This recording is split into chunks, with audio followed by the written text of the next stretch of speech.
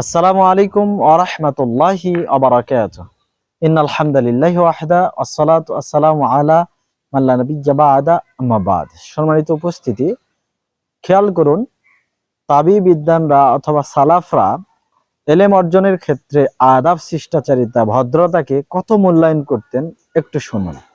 যেমন আব্দুল্লাহ ইবনে হারুন রাহিমাহুল্লাহ বলেছেন যে আমি একদা মোহাম্মদ ইবনে ইউসুফ রাহিমাহুল্লাহর নিকটবর্তী হলাম, হয়ে তাকে বললাম, হে শায়েখ, আপনি আমার কাছ থেকে 5টি হাদিস শুনুন।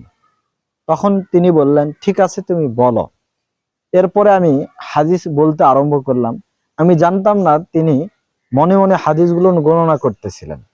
তো যখন আমি 6ষ্ঠ নম্বর হাদিসটা পাঠ করতে শুরু করলাম, তখন তিনি আমাকে থামিয়ে দিলেন, দিয়ে বললেন, ইযহাব, তুমি চলে যাও, ফাতা আল্লাহ মিসিদাকা, আগে সত্যবাদিতা শিখে এসো, সুম্মাকতুবিল হাদিসা, এরপরে তুমি হাদিস লিপিবদ্ধ করো।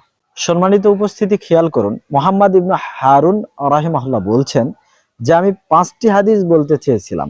6ষ্ঠ নম্বর হাদিস যখন পাঠ করতে শুরু করেছি, তখনই তিনি আমাকে থামিয়ে দিলেন, দিয়ে বলতে চাচ্ছেন যে তুমি তো 5টা হাদিস আমার নিকটে বলতে চেয়েছিলে, এই তো 5টা হয়েছে, তো তুমি 6ষ্ঠটা বলবে, 6 নাম্বারটা বলবে, আমাকে কেন তুমি 5টা বলতে চেয়েছো? এই তো তুমি মিথ্যা বললে। তাহলে তুমি আগে সত্যবাদিতা শিখে আসো, এরপরে আমার নিকটে হাদিস বলো। আল্লাহু আকবার। সম্মানিত উপস্থিতি, তাই আসুন আমরা এলেমের আগে শিষ্টাচারিতা, ভদ্রতাকে মূল্যায়ন করি। আল্লাহ তৌফিক দান করুন, আমিন। ওয়া আখিরু দাওয়ানা আনিল হামদুলিল্লাহি রাব্বিল আলামিন।